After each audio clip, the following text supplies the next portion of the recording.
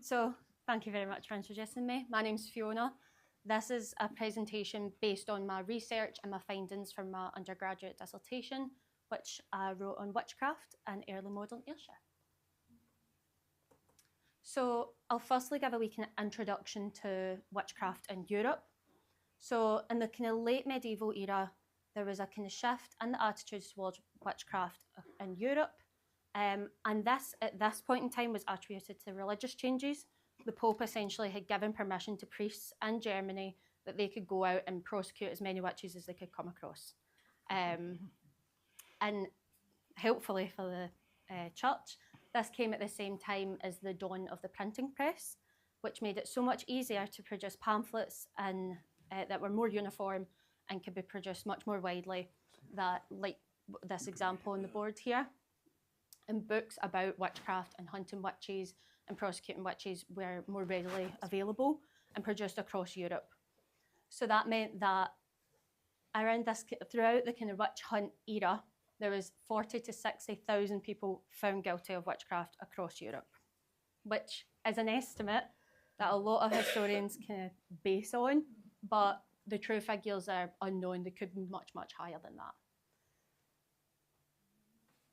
Scotland had one of the most intense witch hunts in Europe. It began in the 1560s.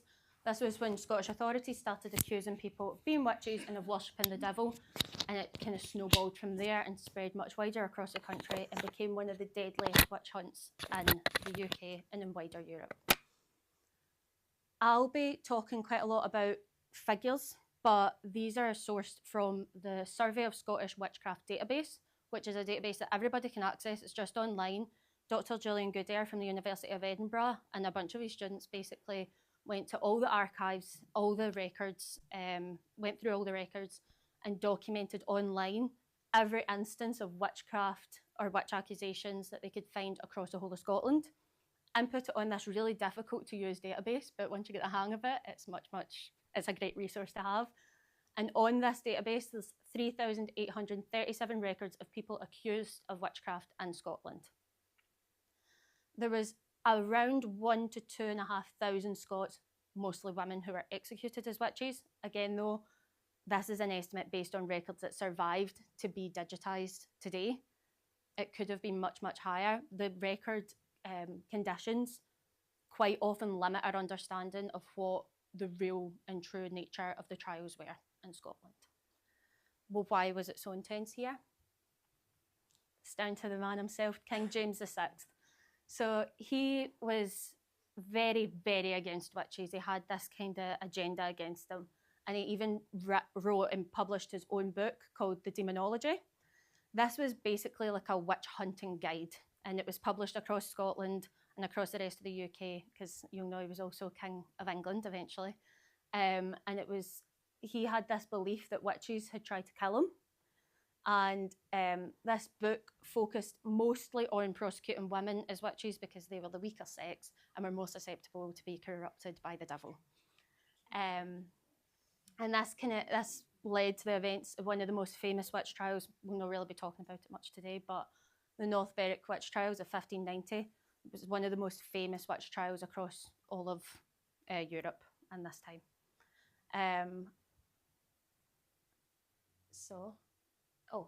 The Reformation. So the height of the witch hunt across Europe coincides with the Reformation. It's impossible to ignore the links between religion and witch hunting. The relationship between witches and the devil is what kind of this falls back on all the time. It was a period of religious change, a move from the Catholic Church, the development of the Protestant Church, and this religious upheaval. People often notice a lot of social changes, a lot of political changes, and it leads to like catalysts for events, and the witch hunt is one of them. Scotland, there was more competition here between the Catholic and the Protestant Church, so there was quite a lot of conflict that occurred that then coincided with the rise and the spikes in witch panics, is what we call them. So that's basically when a panic is when there's a sudden surge in the number of people who are accused, and that coincides with the height of the Reformation. Am I doing this backwards? Yeah. I'm doing this forwards.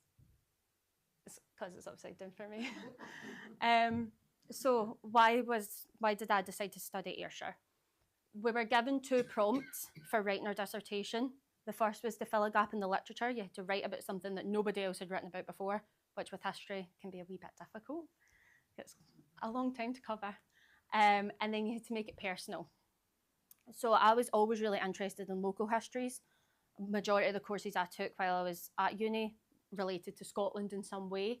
So I knew that when I was going to be writing my dissertation, I wanted to focus on something local. So I narrowed it down to looking at Ayrshire. Once I had picked witchcraft as my kind of overall topic, I then went through and read more books, journal articles, different essays, all different types of studies to see what everyone else was writing about witchcraft in Scotland. And I found that the majority of scholarly pieces were about specific dates, specific witches, specific types of magic, but there weren't many people. In fact, at the time I wrote it, there was only 2 studies that were regional studies. And that was The Borders Witch Hunt by Mary W. Craig and The Witches of Fife by Stuart MacDonald. There's since been a few more because I haven't back and looked again. So the regional study is starting to pick up a wee bit and it's really, really interesting to see.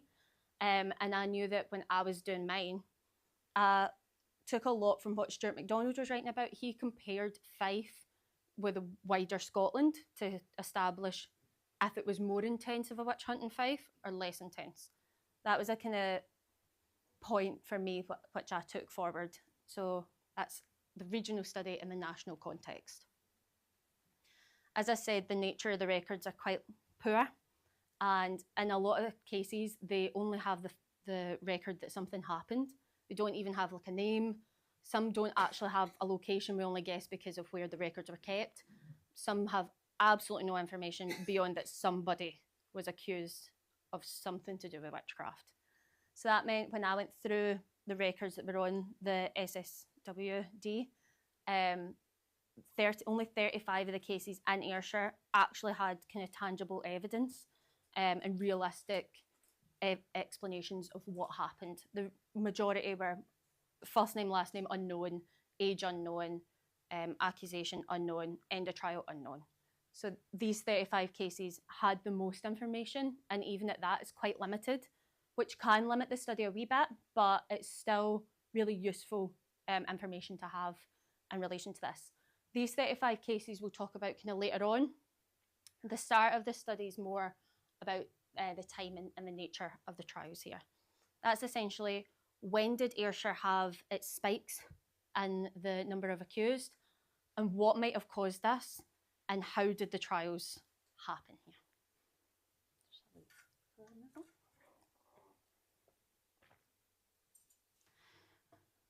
So this is key to establishing how intense the trials were. If you look at clusters of cases, the mechanics of how a witch trial actually played out, and the methods of punishments and the outcomes of this, you can establish, based on how all that looks in Scotland as a whole, if Ayrshire was in keeping with trends or if they were kind of doing their own unique thing.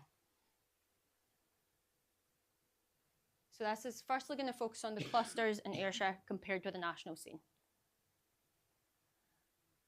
The Survey of Scottish Witchcraft database can generate graphs based on, you kind of put in different categories that you're looking for, and it will generate graphs.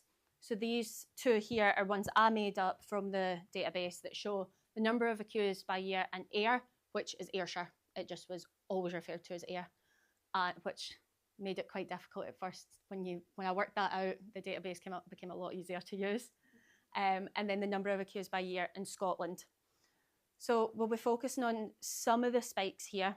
In Ayrshire, there's 4 that we'll be focusing on mostly. 1582, about 1618, kind of going through till about 1630. And then these 2 bigger spikes in the middle, which is 1649 and 1659. You can see how, if I could overlap it, how it would kind of match up and how it might play out a wee bit differently here. So 1582. that was that first wee spike we saw that was raising up a bit higher than the rest. And this only represents about 10 cases that were documented and that survived till today. So this is in the kind of earliest stages of the Scottish witch hunt. When you compare those 10 cases with all of Scotland, Ayrshire was making up all of the cases in that year that have survived. So it was completely independent of any national trends, and it, yeah, basically what caused this spike. I decided at this point, well, Ayrshire's the only place that was doing anything here. What else was happening socially, politically, and religiously across Ayrshire in that time period? And I came across a few sources that talked about Ayrshire and the plague in the 1580s, the early 1580s. So Ayr was a key port, and it meant that merchants were coming in their ships, coming off their ships, and leaving behind pestilence, which is plague. It meant that Ayrshire had become a hub for pestilence. This was spreading across the county as a whole. And this time, we also saw that spike in witchcraft. So this was kind of questioning, are these related? Essentially, yes. I would say so. That's my own conclusion that I would draw. This is about 100 years before the Enlightenment. Everyone was still basing all their beliefs on the church. There was no kind of scientific or medical basis to explain why the plague was spreading. And at a time where they're being encouraged by their monarch basically to go out and hunt witches, they're looking for someone to blame. And I think that that's probably why we see this wee spike in cases here.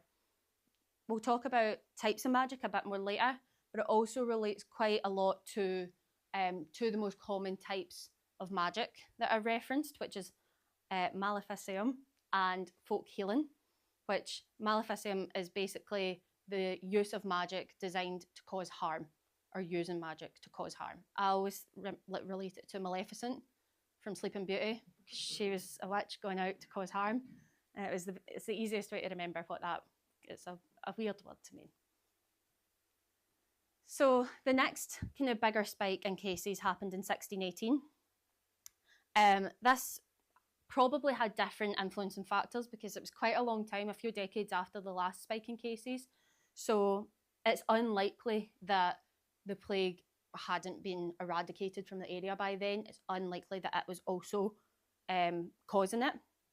So of those 35 isolated cases that I had, the cases either came from the Presbytery of Ayr or of Irvine. Presbytery, the cases just means the cases happened in a church court in either Ayr or in Irvine. The kind of conclusion that I drew from that is that the specific location was impacting how many people were being persecuted at that time. If you were living in Ayr, you had a higher chance basically of being accused of witchcraft, and the same for Irvine. It wasn't county-wide, it was quite focused locally. So the next kind of part is 1626. When you consider this, it's a kind of smaller spike in cases here, you see a different perspective. Ayrshire had a very small spike in 1626. That was only 5 of the bigger spike in Scotland, which was 180 cases. But what does that tell us? Well, it indicates that at least in the early years, the witch hunt was doing its own thing here. Ayrshire wasn't really concerned with following any national trends.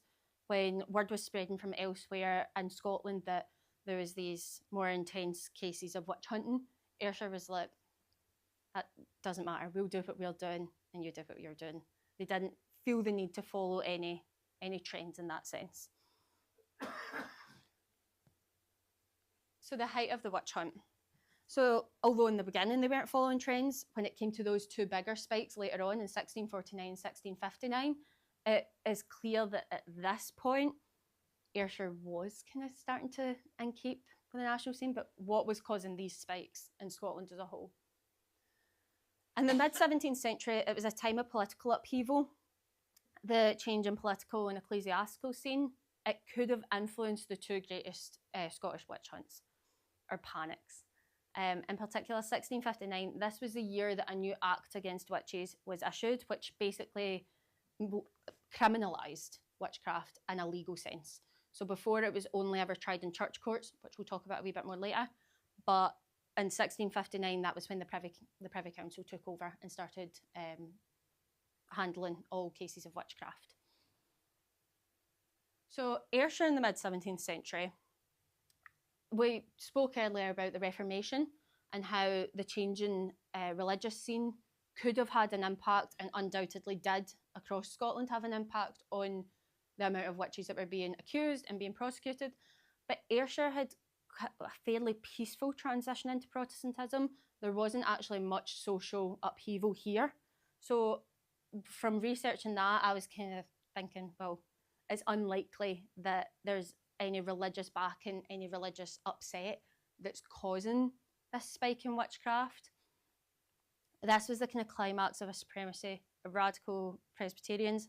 They feared that witches were in covenant with the devil and were threatening to overthrow a covenanted and godly nation. This 10-year period, Ayrshire accounts for 95 cases of the witchcraft that was going on. But witch hunting, it was Julian Goodare, who made the database I was talking about, who's the top professor in Scottish witchcraft, essentially. He said that witchcraft was a Protestant business, and given that, as I just said, we had quite a peaceful transition here into Protestantism, if that was directly linked with witchcraft, it could be that just the fact that there was such a smooth transition and it was so prevalent here could have influenced the number of cases that we're going through.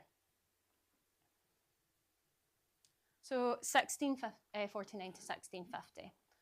So as I said earlier, much of the pre-trial records come from church courts, and it makes it difficult to determine the exact number of witches in Scotland due to the conditions of these records. In fact, when I was researching it, one of the buildings where the records were kept in about this time period, this kind of 20-year time period, it was water or fire damaged, and a lot of the records were lost, or they and themselves weren't complete when they were kind of modernised. So that does make it difficult to determine the number of accused exactly here and across all of Scotland as well. But the SSWD, the Scottish Survey of Witchcraft Database, it had 557 named individuals who are accused of witchcraft in this time period. 38 of these were from Ayrshire, which it doesn't seem like an awful lot when you look at it as 38 to 557, but it was, when you compare it with other counties in Scotland, such as Dumfries, they only had 9 accused witches, or Aberdeen had 4. So when you start to look at it, although the 557 seems like a big number, when you spread it across all the counties in Scotland, Ayrshire was actually prosecuting quite a lot more than some places far north or other places quite close by. So that's kind of the conclusion that I drew from this anyway, that even during a national panic where the full country was essentially out hunting their witches, Ayrshire was really going for it. It was a much more intense experience here, and you were in a bit more danger in that time of being accused. So 1659 was that other really tall spike. In this instance, Ayrshire saw it come a wee bit earlier, and it was a kind of slower incline into the spike. They actually started to see the rise in cases in about 1657. So in this instance, there was 47 cases of witchcraft in Ayrshire, which made up 27% of the national total of 171 in the same time period. So I looked between 1657 and 1670. 60, so that I could get a full picture of both Scotland as a whole and just Ayrshire, and so that I wasn't kind of giving Ayrshire the head start, essentially. But again, it was showing that even in the national panic, a lot of the cases, at least the ones that have survived to today, a lot of them were happening in Ayrshire, which again is kind of giving the impression that it was a bit more intense here. So that was quite a lot of information that's not really the fun and exciting stuff yet. This is the stuff I think is a bit more exciting. So this is how essentially the trials would work. What was the legal practice behind it? So the 1590s, there was a lot of changes towards how the trial process for someone accused of witchcraft occurred. Before this Witchcraft Act that was in 1563, it was purely a matter of a church. So the church would do the accusing, or a neighbour might accuse a neighbour, bring them to the church. All the trials would happen in the church, and the church would make the final call on the outcome of the trial. Guilty, not guilty. Occasionally half guilty was also a verdict that was given. Yep. And then when the legal criminalisation of witchcraft happened, the Privy Council established 6 commissioners for all inquiries into witchcraft. So that basically meant that this Witchcraft Act brought all the power of kind of giving out sentencing and the full trial process, including investigation, to the Privy Council based in Edinburgh, and only in Edinburgh, only in the Edinburgh Privy Council Court could a commission be given out. So that meant that if somebody here wanted to hold a witch trial and get like a guilty verdict and pass it through that way, they had to essentially get a commission from another commissioner who got it from the Privy Council, and then to get permission to undertake the trial process, whether or not they wanted to use different interrogation methods that we'll talk about later. And they had to go saying what kind of verdict and what they wanted the outcome of the trial to be, whether it ended in execution, banishment, everything like that, had to basically all be decided before the trial could actually take place. So yeah, it was a big change in how it had been happening before the legal criminalisation of it. So I started looking at the commissioners in Ayrshire, and what I found was that in those wee spikes we saw in the graph, it was the same group of commissioners that were accusing witches across the board. So, for example, John Blair and John Peebles, they appeared in lots of the cases in 1618. James Blair in 1629. John Cunningham, James Dunlop, Robert Montgomery and William Muir all appeared in a lot of cases in and around 1662. So what that was kind of saying to me is that these commissioners, they'll stick to their presbytery, their local area, and they'll pick out, essentially, accuse a few different people of witchcraft in that area and then seek a commission so they can prosecute them. And it was only cases but later on, after church courts, after the legal criminalisation, you could have still a trial in church courts if you weren't seeking execution, but 9 times out of 10, they were looking to execute. So now on to the methods of punishment and the outcomes of the trial. So how the interrogation process worked. Torture. This is quite a common area that the stories about it become apocryphal. They're not, it's quite fantastical. A lot of it ends up not being real. But torture was definitely used in witch trials, was definitely used in Scotland. The most common type was the psychological sleep deprivation. But pricking was also a very, very common method, especially here in Ayrshire, which was essentially where they would take a wee needle and they'd poke all over somebody's body until they either didn't feel pain or didn't bleed. And if you didn't bleed or feel pain in one area, that meant they'd found the witch's mark, and that forced a guilty verdict. There is less commonly used methods of torture: thumb screws, removal of nails, the crushing of the ankles and the feet. But they weren't common here. Some methods of torture that are quite common in like popular culture, as like trial by fire, trial by water, or trial by swimming, they also call it. They did do trial by water here, not in Ayrshire, but in Scotland, but it was quickly deemed kind of disreputable. It wasn't considered a positive, not positive, but like a real outcome for the trial. It's also quite a lot of myths happen around like the trial by water and trial by fire, where for water they said like essentially they just pushed the accused into like a deep ravine or river, and if they sank, they were innocent but dead, and if they swam and they were alive but then executed because they were guilty.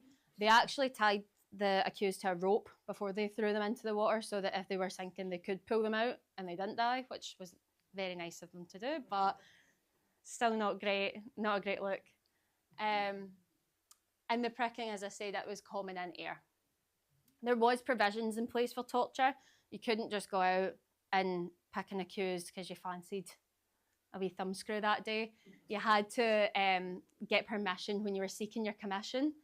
You had to ask, essentially, if you could use torture in your interrogation. This is judicial torture, that if it's not used, you won't get a guilty verdict. Which, if it's not used and you don't get a guilty verdict, it could also mean that somebody's innocent, but I digress. The documentation that includes torture suggests that it's not a common interrogation method here. There's not a lot of cases that indicate that torture was used. I did think that quite a lot of the time you found that the guilty verdict was often already established by the time they got their commission. So I think that since it was a legal practice that you had to ask if you could torture somebody, if the torture was done beforehand and the guilty verdict was already obtained, they weren't going to document whether or not they used it. They didn't want the integrity of the case to fall through. So executions, the Scottish witch hunt, it was notoriously deadly. We here executed 12 times more people than what England did, which our documentation says about 1,500 people were executed for it, but it could be more, as I say. Of that 35 isolated cases that I had established, 8 of them had a guilty verdict, 6 received the commissions after confession, 17 didn't identify an outcome, and 4 ended for other reasons.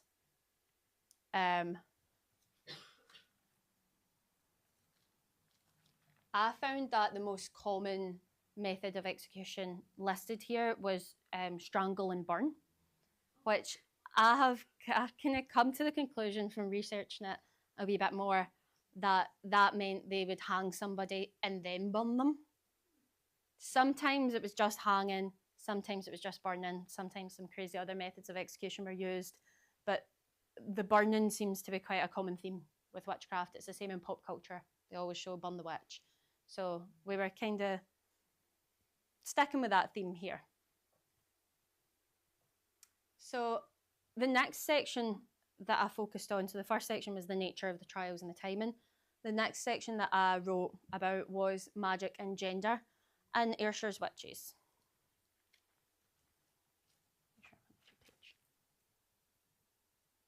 So this will focus on the types of magic and the impact of gender and the witch trials here.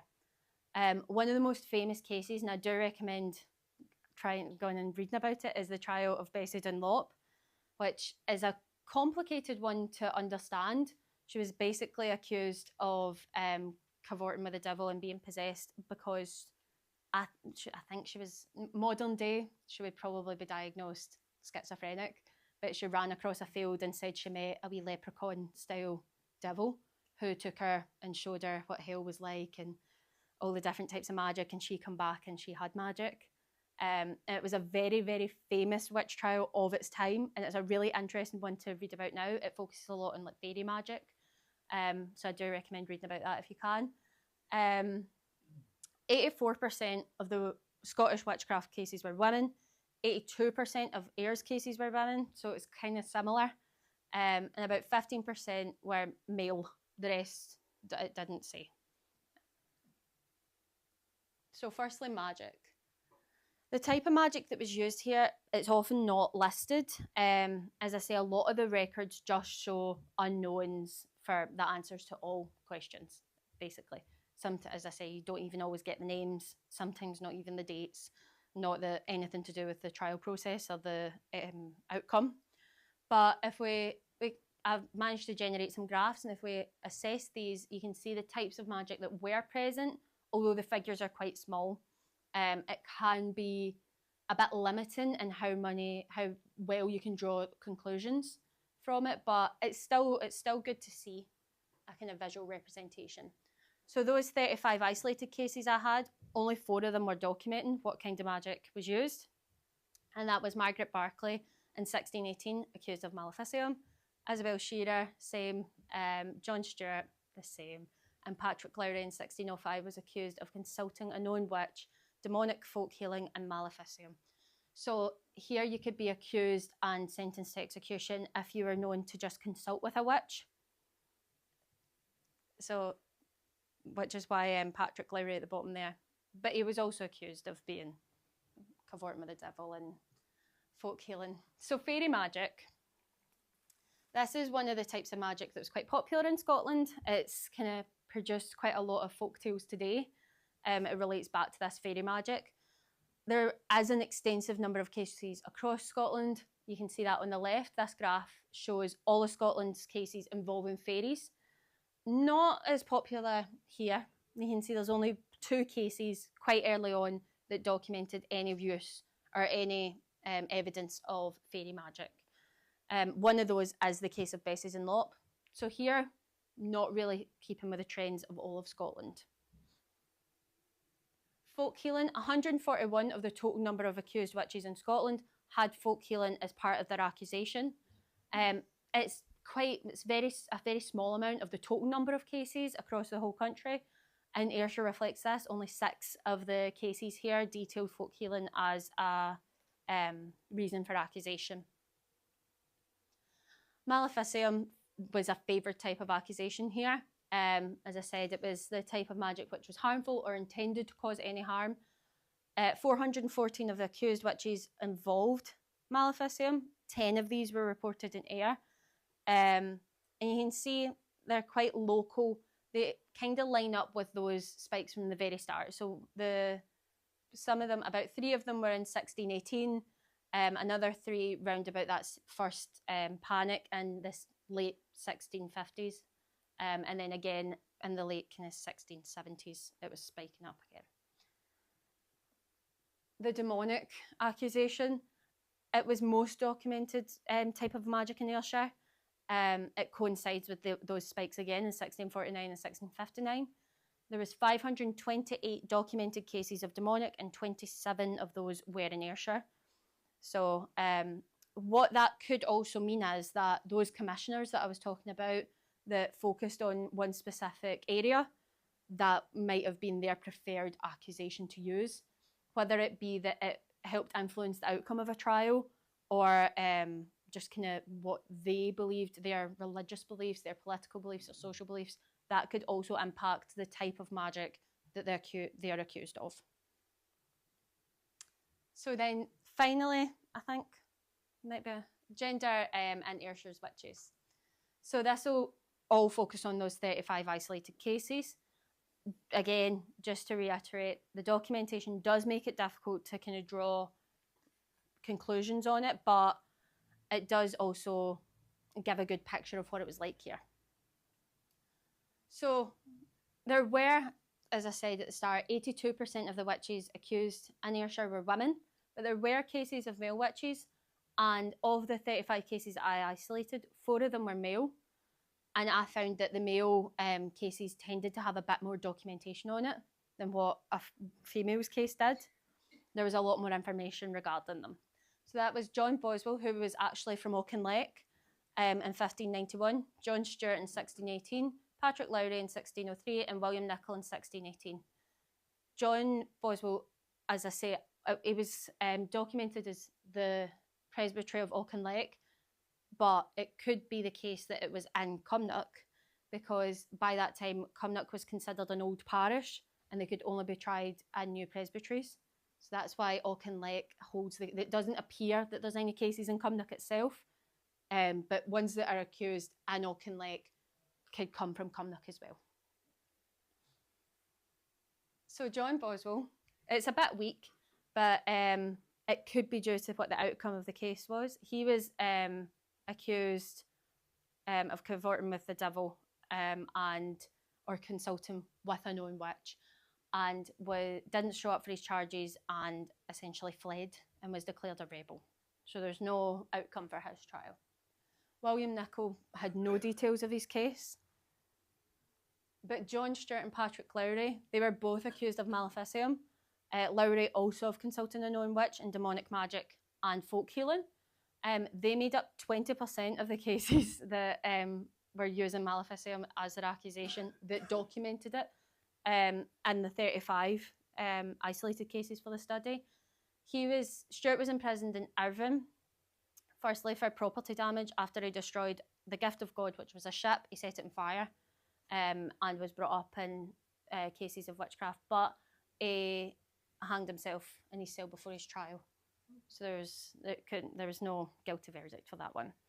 And Lowry was found guilty and was sentenced to execution by strangle and burn, which was the default type of execution here. 7 of the 35 cases were noted to end in execution by strangle and burn. There was 3 just by burning, and the remaining cases did not list a method of execution. There was a separate case that occurred in Ayr that didn't result in a guilty verdict. That was the half guilty verdict I was talking about, where there was a woman in Ayr who was found half guilty for witchcraft, and as long as she promised never to do it again, she wouldn't be executed. But her punishment was to be paraded through the streets topless on market day. So, which it was coming across where the toll booth was in Ayr, which is like going straight down across like the bridge where TK Maxx is, that kind of area. She was paraded through their market day topless, which for the time period, even now, but for the time period, that's humiliation, and she had to flee the county anyway. So there's still a huge disparity between how many men were accused of witchcraft and how many women. That could be traced back to, as I said, James VI's demonology. He made it clear that women were the weaker sex, they were more susceptible to corruption, and that's more than likely why, at least here, although it happened across all of Europe, but at least here, why the number of women accused was so much higher. It also is very in keeping with the views towards women of the period, and the endorsement of the monarch to hunt witches was almost like an A-OK, go and do what I'm saying, and basically execute and prosecute women. So what kind of conclusions did I draw? So the goal was to establish whether Ayrshire had a more intense experience with witch hunting and witch trials than the rest of Scotland, and placing the regional study within a national context. So yes, in the early years in particular, Ayrshire was kind of doing its own thing with its witch hunting. They were making up all the cases in Scotland in some years.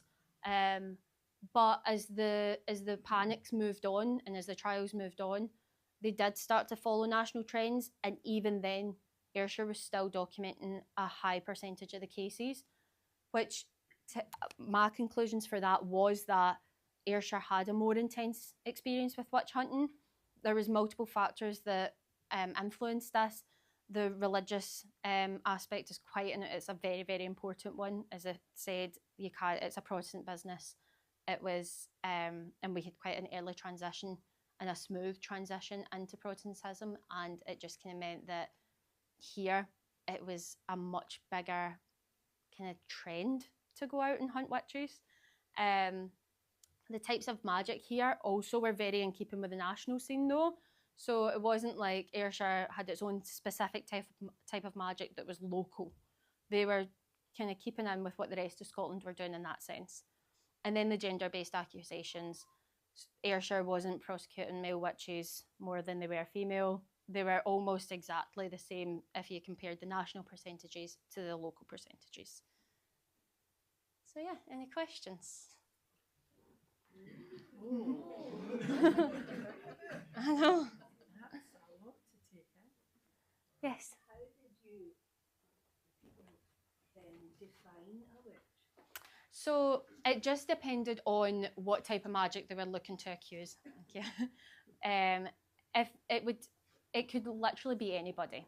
Of the time period, it could be the case that somebody's neighbour, and it's quite it's quite documented, this kind of stuff, but it could be that somebody's neighbour, there was one example, their child was ill and they thought the person next door could help, pulled them in, and there was a child, I'm sure, had died.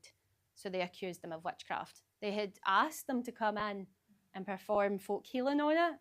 And when it didn't work out, that was the accusation. So it could just be any kind of quarrel. It was at a time period where it was happening so commonly. It could be anybody had any issue with another person, that could be their accusation. So I don't think, I mean, realistically, I don't think even then they really thought anybody was a witch.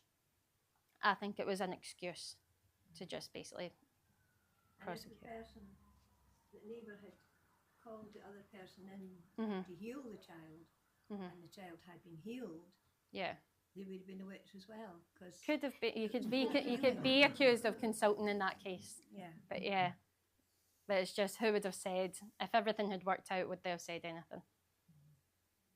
But it was in a time. It's hard to picture it being real, I find, because we live in a world now where we know science and modern medicine exists, and we can explain things because we've got amazing technology. And this period, they had nothing like that. Every single thing that they based their existence on came from a higher power, which is why they just believed their king. They believed the Pope when he was telling them to go out and hunt witches. They believed the church when it was the Protestant church that was filtering through and telling their people that there was demons in their local area. I think that is it realistic? I don't think so.